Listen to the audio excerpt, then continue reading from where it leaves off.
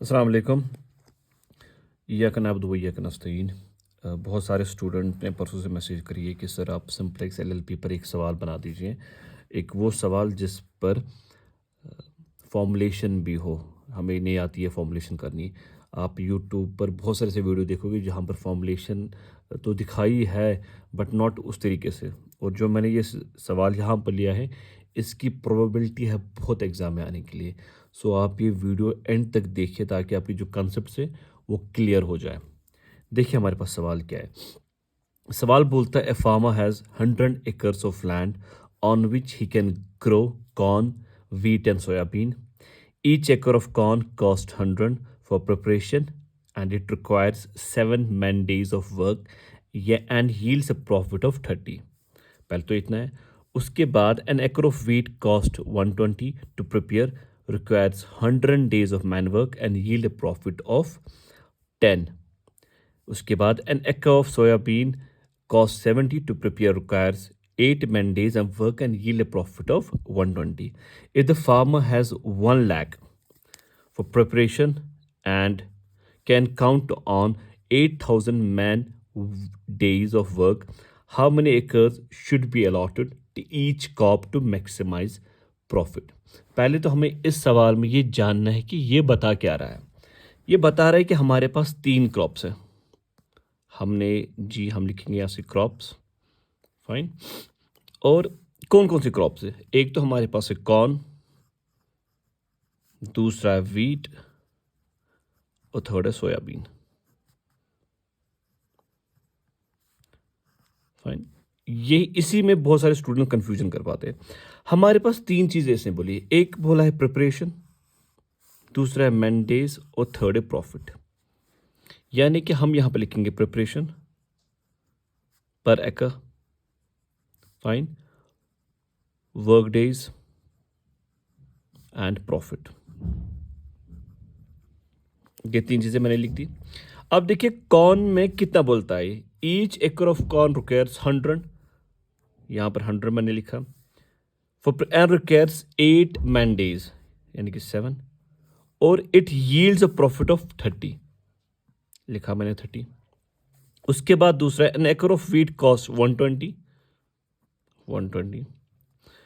And work days इसमें कितने? N एकड़ of wheat cost 120, work 100 and profit है इसका, sorry, requires 100 man days work and profit 10। Fine.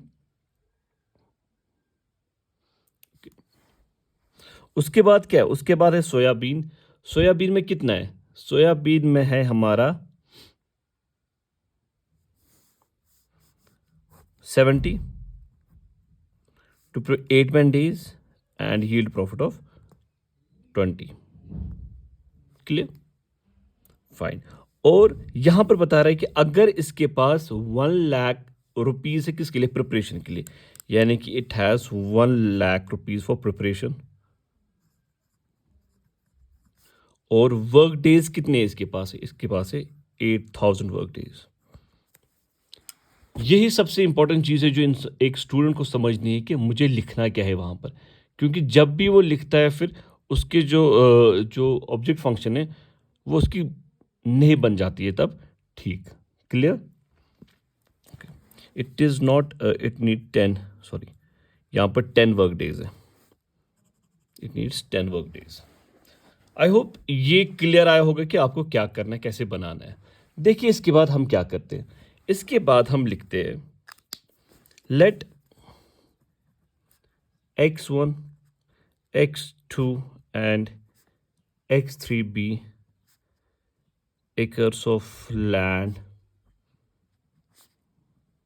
allotted to corn, wheat and soybean respectively। यानी कि यहां पर मैं एकर्स ऑफ लैंड करता हूं अलॉट किसको? x1 कॉर्न को, x2 वीट को और x3 सोयाबीन को। फाइन। उसके बाद हमारी ऑब्जेक्ट फंक्शन क्या बनेगी फिर? 10 दे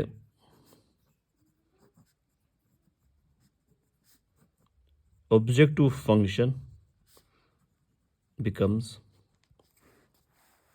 क्या बनेगी ऑब्जेक्टिव फंक्शन में हमारे, ये देखिए ये मैक्सिमाइजेशन की प्रॉब्लम है, यानी कि हम लिखेंगे मैक्सिमाइज, मैक्स प्रॉफिट क्या है, दिस प्रॉफिट ये लिखना है आपको, it is 30x1 plus 10x2 plus 20x3।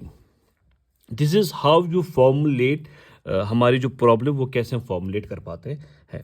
But subject to condition है या subject to constraint, subject to constraint हमारे पास क्या है, कंस्ट्रेंट ये है हमारे पास, दीज टू ऑफ कंस्ट्रेंट्स हमारे पास जो है, हम लिखते subject constraint 100x1 plus 120x2 plus 70x3 is less than equal to कितना, 1 लाख। बहुत सारे स्टूडेंट क्या करते, वो ऐसे बनाते, सब्जेक्ट कंस्ट्रेंट ऐसे बना, मगर वो आपको ऐसे बनाना, जो दिया है उसी हिसाब से बनाना है ना। उसके बाद है दूसरा क्या है, 7x1 plus 10x2 plus 8x3 is less than equal to कितना, 8000। फाइन, और हमने जो अलॉट करा है यहाँ से लैंड वो अभी हम लिखेंगे, यानी कि x1 plus x2 plus x3 is less than equal to 100। ये हमारे पास 3 बन गई, 1 2 3। फाइन, इसके बाद हमें क्या करना होता है, हमें स्लैक वेरिएबल्स इंट्रोड्यूस करने होते हैं। Will introduce the slack variables like this, हम लिखेंगे इंट्रोड्यूसिंग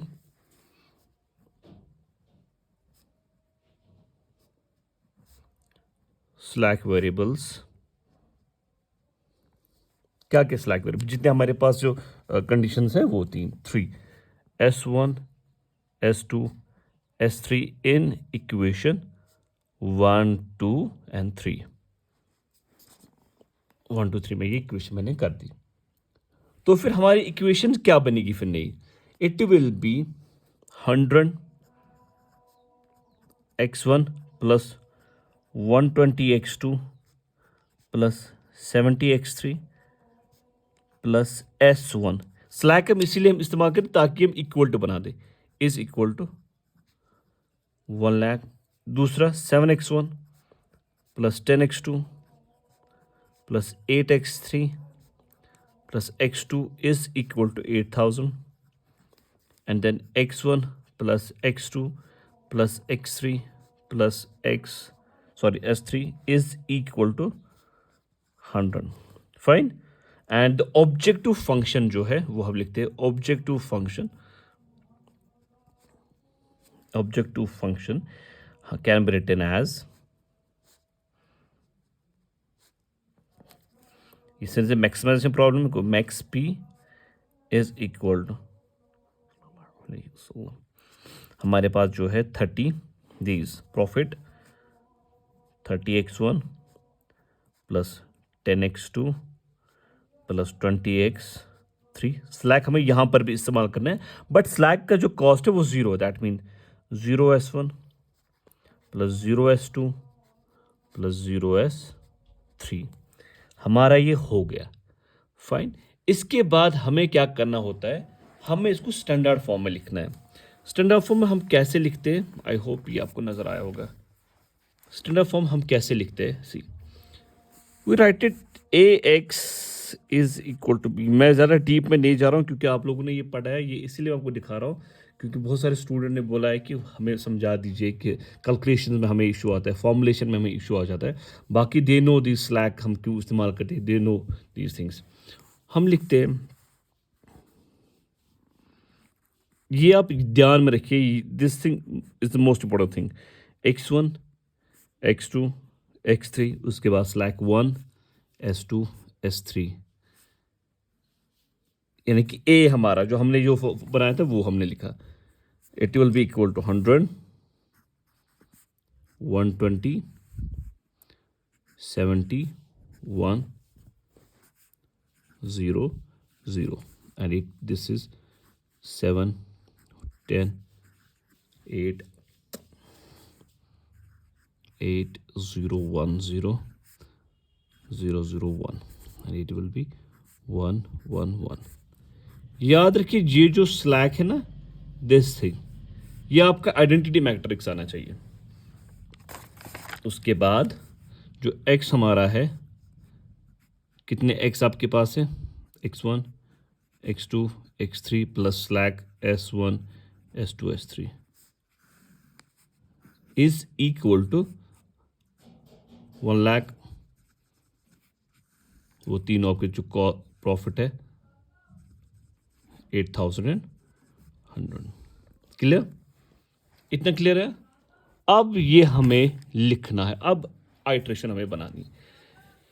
देखिए आइट्रेशन के लिए हमें क्या करना है.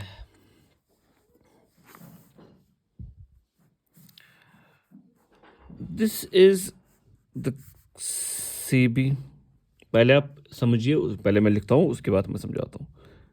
This is B XB CJ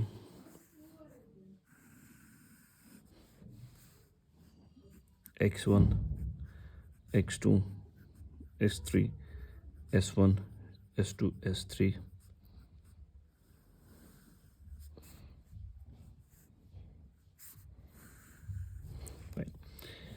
CJ है जो आपका, ये जो हमने प्रॉफिट है वो आपको लिखना है. प्रॉफिट तो सेम रहेगा, प्रॉफिट तो चेंज नहीं होगा. 30 10 20. और S1 S2 S3 का जो हमने ऑब्जेक्ट फंक्शन बनाया था, ये ऑब्जेक्ट फंक्शन आपको लिखना है. 30 10 20. और S1 S2 S3 का जो कॉस्ट क्या था हमने, 0 था, वो 0 लिखोगे. 0 0 0. क्लियर? फाइन.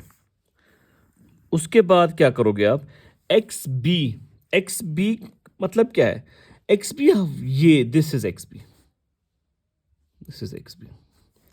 कितना है हमारे पास, इट इज 1 लाख. और कितना है 8,000. और कितना है 100. फाइन. B मतलब है जो स्लैक है S1 S2 S3. और XB का मतलब है स्लैक का क्या वैल्यू है अभी, इट इज 0 0 0 0 0 0 0. फाइन. और X1 X2 X3 वो सेम है, ये आपको यहां पर कॉपी पेस्ट करना है. दैट मीन्स X1 हमारा 100 है, 7 1 120 10 1 X 70 8 1. और this is identity matrix 1 0 0 0 1 0 0 0 1. Clear? यहीं पर स्टूडेंट्स बहुत सारे इशू जो स्टूडेंट्स के आते हैं वही आते हैं कि सर अब जो ZJ माइनस CJ है वो हमें कैसे निकालना है, और वहाँ पर हमें क्या सिलेक्ट करना है, फिर अगर आइट्रेशन नहीं होगी बराबर फिर हमें क्या करना है, वो हम इस वीडियो में क्लियर करेंगे. देखिए जी, सबसे पहले आप ZJ माइनस CJ निकालिए. ठीक है, ZJ माइनस CJ ये हमें निकालना है. कैसे बता रहे हैं कि अगर ZJ माइनस CJ का value less than equal to less than 0 आ गया तो फिर इशू है हमारे पास. फाइन. अगर ग्रेटर देन 0 आ गया तो फिर हमें कोई issue, greater than equal to that means optimal है, हमें कोई इशू नहीं है. मगर लेस देन इक्वल टू 0 नहीं आना चाहिए बेटा.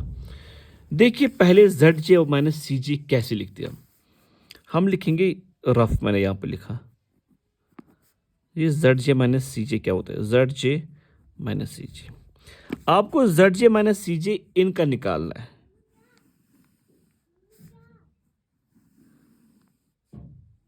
इनका आपको निकालना है ZJ minus CJ. ZJ minus CJ इसके लिए अलग, इसके लिए अलग, इसके लिए अलग, इनके लिए अलग अलग आपको निकालना है. देखिए ZJ माइनस CJ अगर मैं इस X1 के लिए निकालूंगा वो क्या है, पहले देखेंगे फॉर्मूला क्या है इसकी फॉर्मूला है CB XJ माइनस CJ. ठीक, दैट इज CB. अब पहला है X1, that is X1 minus C1. It is ये multiply this plus this multiply ये प्लस ये मल्टीप्लाई ये माइनस इसका जो ये कॉस्ट है, ये आपको लिखना है। अगर मैं लिखूंगा ये, it will B 0 multiply 100 plus 0 multiply 7 plus 0 multiply 1 minus 30। It will B 0 multiply नहीं थी 0, ये तो 0 आएगा माइनस 30, यानी कि जो पहला इसका कॉस्ट मेरे को निकलेगा यहाँ पर Z J minus C J, it is minus 30। यहाँ पर मैं ऐसे एरो कर रहा हूँ ताकि आपको समझ आए। ये एरो आपको नहीं बनाना है, ये मैं दिखा रहा हूँ आपके लिए। सेम वे इसका आपको वैल्यू निकालना है, this multiply this plus this multiply this plus this multiply this minus उसका जो कॉस्ट है। और जब मैं ये करता हूँ इट विल बी माइनस 10, फिर इसका जब मैं करता हूँ ये माइनस 2, और जब इसका सब का करता हूँ इट इज़ 0 0 0। क्लियर? अब मैंने कैलकुलेशन नहीं दिखा दी क्योंकि वो आप कर पाओगे, मैंने एक कैलकुलेशन दिखा दी, अब आप दूसरी कैलकुलेशन खुद ही करोगे। इतना क्लियर? देख लीजिए, अब जेड जे माइनस सी जे तो माइनस में आ गया। अब कौन सा माइनस में लूँगा? आप देख लीजिए जो आपका सबसे लीस्ट है, लीस्ट जो माइनस है आपको वही लेना है। Least minus is this. जब आप ये ले रहे हो तो आप एक एरो बना रहे हो इसका। इस एरो का मतलब क्या है? ये आपका की कॉलम बन जाता है। फाइन। जब मेरा की कॉलम बन गया, इतना तो समझा गया। उसके बाद मुझे क्या करना है? मुझे मिन रेशो निकालना है। मिन रेशो किसके बराबर होता है? That is X P minus C के। एक्स बी माइनस सी के, यानी कि जो की कॉलम आपका आ गया उसका वैल्यू के साथ उसको डिवाइड करना है। क्लियर?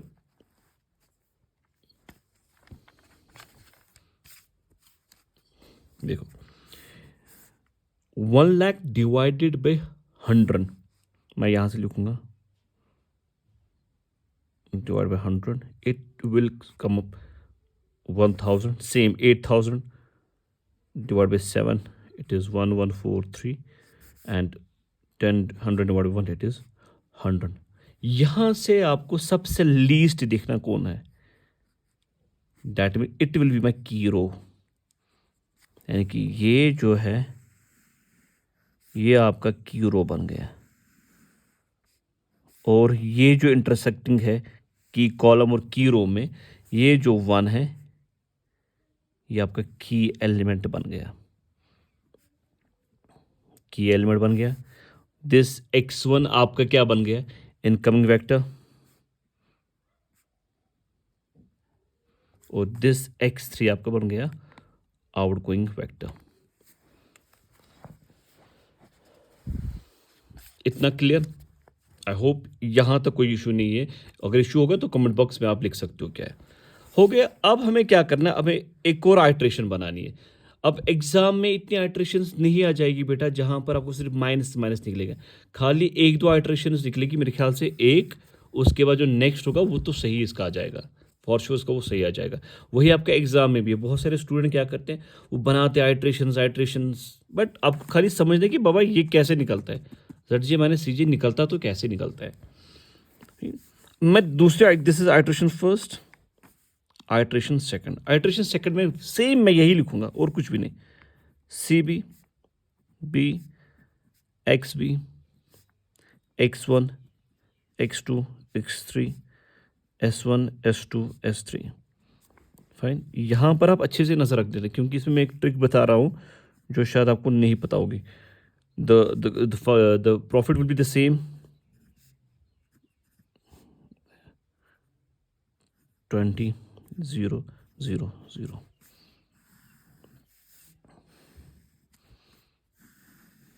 इतना clear? Okay, I hope so. Fine. अब देखिए बी क्या है हमारे पास। पहला बी है S1, दूसरे S2, बट S3 नहीं लिख रहा है क्योंकि ये आउट गोइंग वेक्टर है। इसके बदले इनकमिंग वेक्टर आपको आएगा, दैट विल बी x। आपने जी x1 यहां पर लिखना है और उसके कॉस्ट लिखने हैं। S1 का कॉस्ट क्या था 0, S2 का कॉस्ट क्या था 0, मगर x1 का यहां से क्या कॉस्ट है वो 30, वो तो लिखना है इधर, वो मैंने लिख दिया। फाइन, इतना पहले समझो आप, क्लियर इतना। उसके बाद जो आपका ये जो की रो है, हम यही लिखेंगे पहले। की रो में देखो आपको एक्स बी, मैं लिखूंगा पहले बेटा ये ऐसे लिख रहा हूं मैं आपके लिए। ये जो की रो है आपका, ये सारा, सॉरी ये भी है इसमें, इस रो को आपको की एलिमेंट के साथ डिवाइड करना है। की एलिमेंट का बहुत ही इंपॉर्टेंट काम है यहां पर। हम पहले इस रो को इस की एलिमेंट के साथ डिवाइड करेंगे। 100 divide by 1 it will B 100, 1 divide by 1 it will B 1, फिर 1, फिर से 1, फिर 0 0 एंड 1, क्योंकि 1 divide by 1 it is 1, clear. यानी कि इसका वैल्यू मेरे को निकला। अब देखिए यहां पर आप नजर रखिए, आइडेंटिटी मैट्रिक्स अगर याद होगा मैंने आपको यहां पर बोला था, इट इज आइडेंटिटी मैट्रिक्स 1 0 0 0 1 0 0 0 1। आप कोशिश कीजिए पहले इन्हीं का वैल्यू इनपुट करने में। S1 का क्या है, 1 0 1 0 0, हम लिखेंगे वही 1 0 0, फाइन। S2 का क्या है, 0 1 0, बट X3 नहीं है यहां पर, क्योंकि S3 आउटगोइंग वेक्टर बन गया, उसके बदले कौन आ गया, X1, यानी कि वो वैल्यू आप X1 में लिखोगे। देखो 0 0, अगर आप देखोगे 1 0 0 0 1 0 0 0 1, आपके बाग इनका वैल्यू आपको जल्दी निकला। ये आपको ट्रिक याद रखनी है, जिसको पता होती है आइडेंटिटी मैट्रिक्स क्या होती है, इनकमिंग वेक्टर आउटगोइंग वेक्टर, उसके लिए इजी होता है, क्योंकि इससे टाइम बच जाता है आपका। अब क्या करना है, अब मुझे इसका वैल्यू देखना है। दो मेथड है आपके पास, एक है रो रिडक्शन, वो तो मैं नहीं दिखाऊंगा, मैं वो वाला मेथड दिखाऊं जो बहुत इजी है। वैल्यू निकालने के लिए आपको क्या करना है, इसका वैल्यू निकालना है ना, पहले समझिए आप रेक्टेंगल होता क्या है।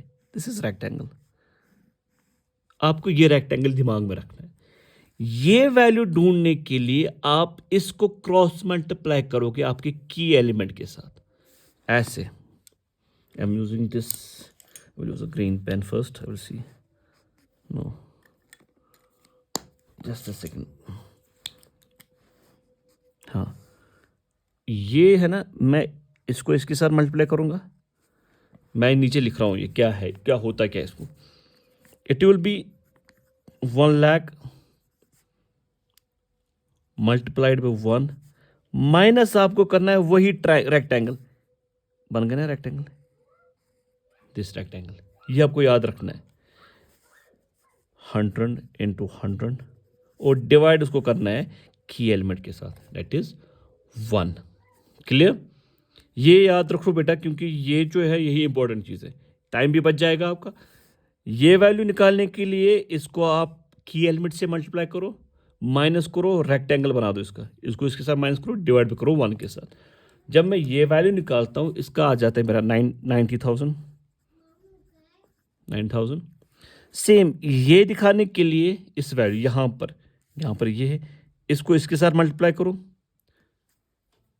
इसको इसके साथ मल्टीप्लाई करो, डिवाइड करो की एलिमेंट के साथ, वो आ जाता है आपके 7300, फाइन, हो गया ये। एक्सपी का वैल्यू क्या निकालना है आपको, एक्सपी का वैल्यू यहां पर 120, यानी कि अब हो जाएगा ये इसके साथ मल्टीप्लाई हो जाएगा, ये इसके साथ मल्टीप्लाई हो जाएगा, डिवाइड की एलिमेंट के साथ। एक्स बी क्या निकला, 20 निकला। सेम इसको इसके साथ मल्टीप्लाई करो, इसको इसके साथ मल्टीप्लाई करो, डिवाइड करो की एलिमेंट के साथ, वो आप निकलेगा 3। x3 निकालना है, अब इसको इसके साथ मल्टीप्लाई करो, देखो इसको इसके साथ मल्टीप्लाई करो। अब इसको तो इसके साथ नहीं करेंगे ना, क्योंकि ये रेक्टेंगल नहीं बनेगा ना, यानी कि फिर मुझे इसको इसके साथ मल्टीप्लाई करना है। रेक्टेंगल बराबर बन गया मेरा, रेक्टेंगल बनाना है आपको। अगर रेक्टेंगल नहीं बना तो फिर तो मुश्किल है आपका। एक्स बी कितना मेरे को, जब मैं ये करता हूँ मेरा एक्स बी निकलता है -30। अब है ये, इसको मैं इसके साथ मल्टीप्लाई करूँगा, इसको इसके साथ मल्टीप्लाई करूँगा, डिवाइड करूँगा की एलिमेंट के साथ, इट विल बी 1। अब बच गया x3, 0 को मल्टीप्लाई करूँगा 1 के साथ, 100 को मल्टीप्लाई करूँगा 1 के साथ, क्योंकि रेक्टेंगल ये इसके साथ ये इसके साथ रेक्टेंगल डिवाइड बाई की एलिमेंट, इट विल बी -100, और इसका जो आता है -7।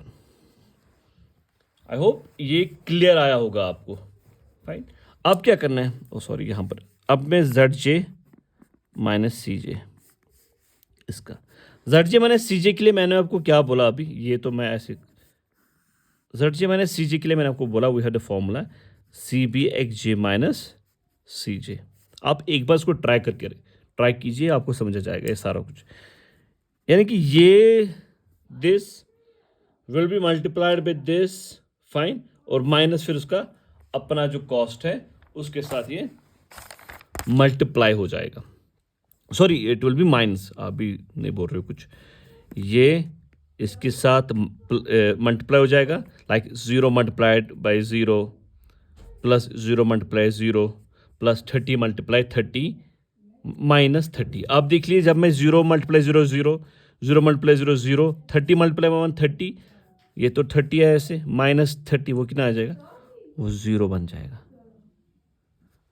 फाइन, वैसे ही 20 multiply 0 plus 0 multiply 3 plus 30 multiply 1, फिर माइनस 10, वो आपका 20 आता है। फिर ऐसे ही ये आ जाएगा 10, ये आ जाएगा 0, ये आ जाएगा 0, और ये आ जाएगा 30। आप देख लीजिए सारे ZJ माइनस CJ का वैल्यू क्या है, सेंस ग्रेटर देन 0 है, ग्रेटर देन इक्वल टू 0। अभी हम लिखेंगे since all ZJ minus CJ is greater than equal to 0, therefore हमारा इनकमिंग वेक्टर क्या है, x1 is equal to 30, so profit is CB into B। CB क्या है आपका, CB आपका 30 है, ये मल्टीप्लाई B के साथ, B इसका 100 है, दिस XB, दैट मीन्स 3000। इसका जो आंसर है, जो हमें बोला गया था, how much acre should be allotted to each crop to maximize profit, that is 3000। I hope ये आपको समझ आया होगा, क्योंकि ये एग्ज़ाम में आने वाला ही सवाल है 16 मार्क्स का। आई होप आप ये पढ़ोगे अच्छे से। कोई कन्फ्यूजन होगा तो कमेंट बॉक्स में आप लिख दीजिए। Please do share and subscribe my channel. So thank you so much. अल्लाह हाफिज़।